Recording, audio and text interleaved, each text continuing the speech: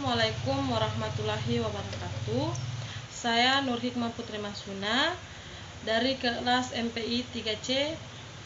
Baiklah, di sini saya akan menjelaskan sedikit tentang materi kami, yaitu situasi pendidikan Islam di Indonesia. Dunia pendidikan Islam di Indonesia mengalami kemerosotan atau ketertinggalan yang begitu jauh, terutama di bidang pendidikan Islam. Ketertinggalan pendidikan Islam ini salah satunya dikarenakan oleh terjadinya penyempitan terhadap pemahaman pendidikan Islam yang hanya berkisar pada aspek kehidupan ukhwari yang terpisah dengan kehidupan duniawi, atau aspek kehidupan rohani yang terpisah dengan kehidupan jasmani.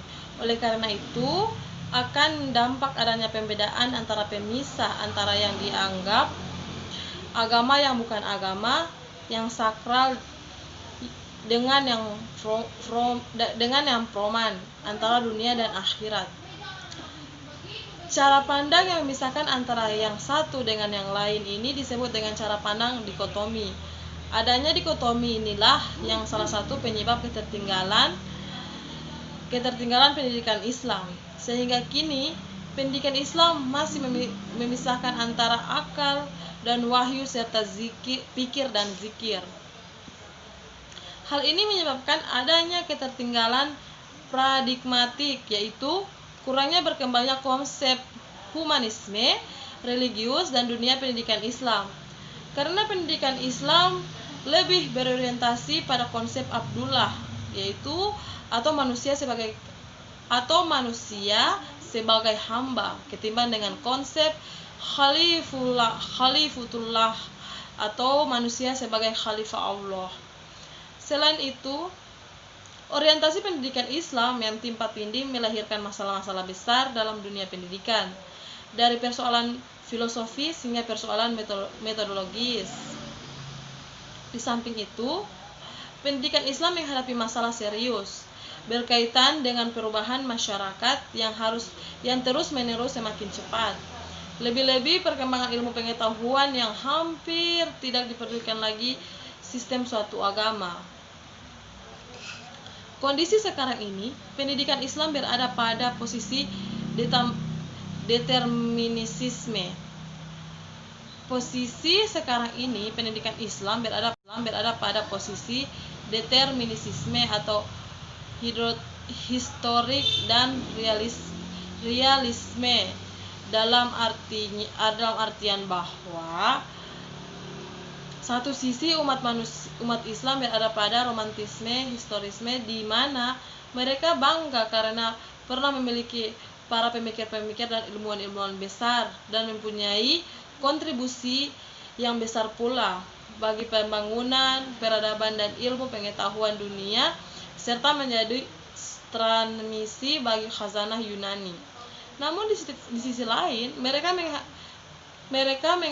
menghadapi sebuah kenyataan bahwa pendidikan Islam tidak berdaya di hadapan kepada realitas masyarakat industri dan teknologi modern. Hal ini pun didukung oleh pandangan sebagai umat Islam yang kurang meminati ilmu-ilmu umum dan bahkan sampai pada tingkat diharamkan.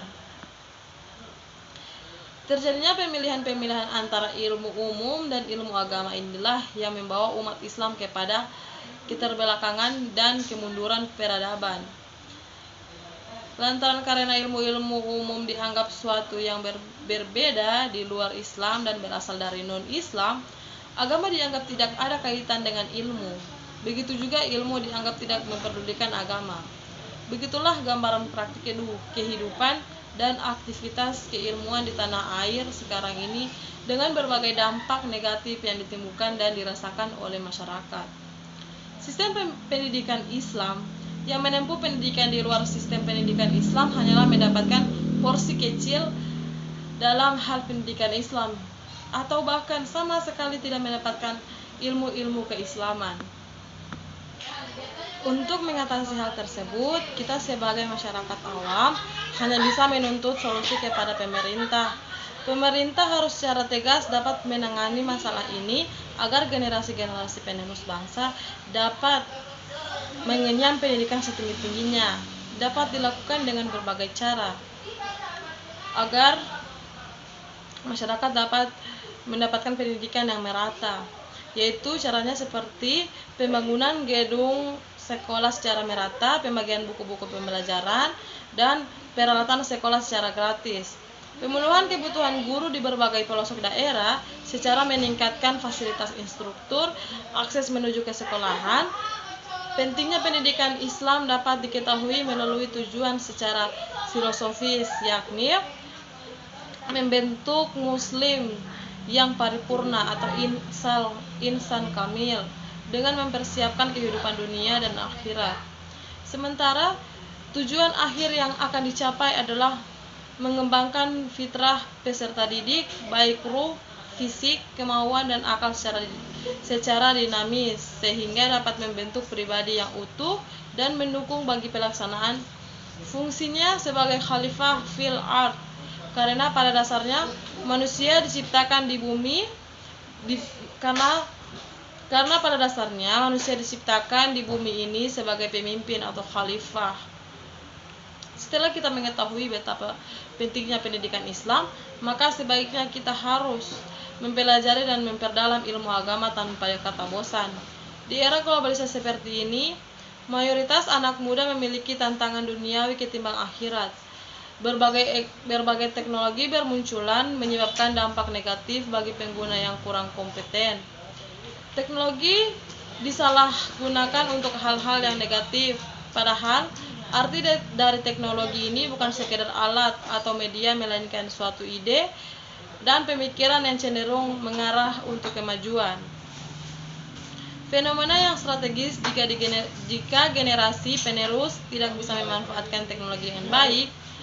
Apa jadinya suatu negara apabila generasi penerus yang akan memegang tongkat estafet pendidikan malah sibuk mengumbar berita-berita hoaks yang belum dipercaya kebenarannya?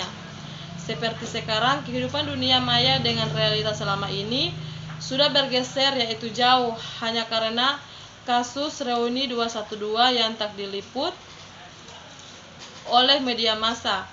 Ada pula kabar tentang PSSI yang diduga melakukan suap agar timnya bisa memenangkan pertandingan dan lainnya.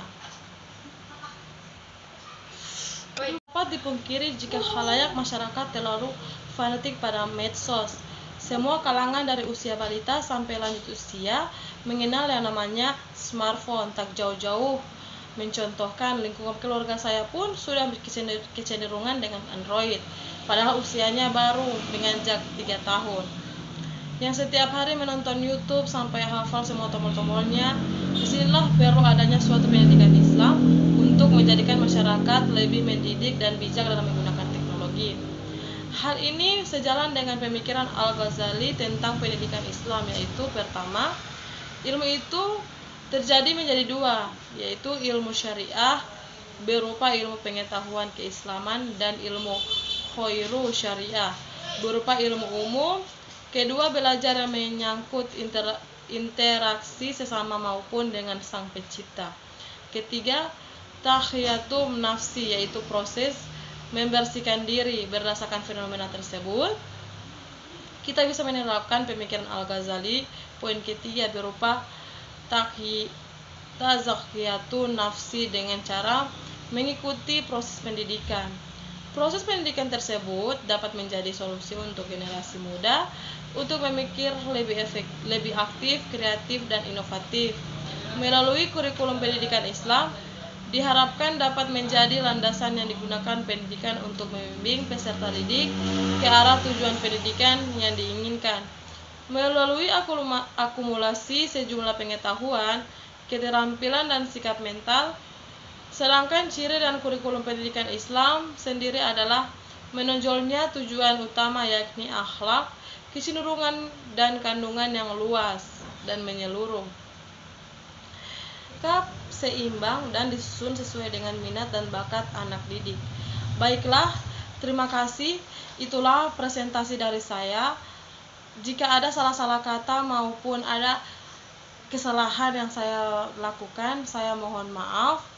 Wabillahi taufik wal hidayah. Wassalamualaikum warahmatullahi wabarakatuh.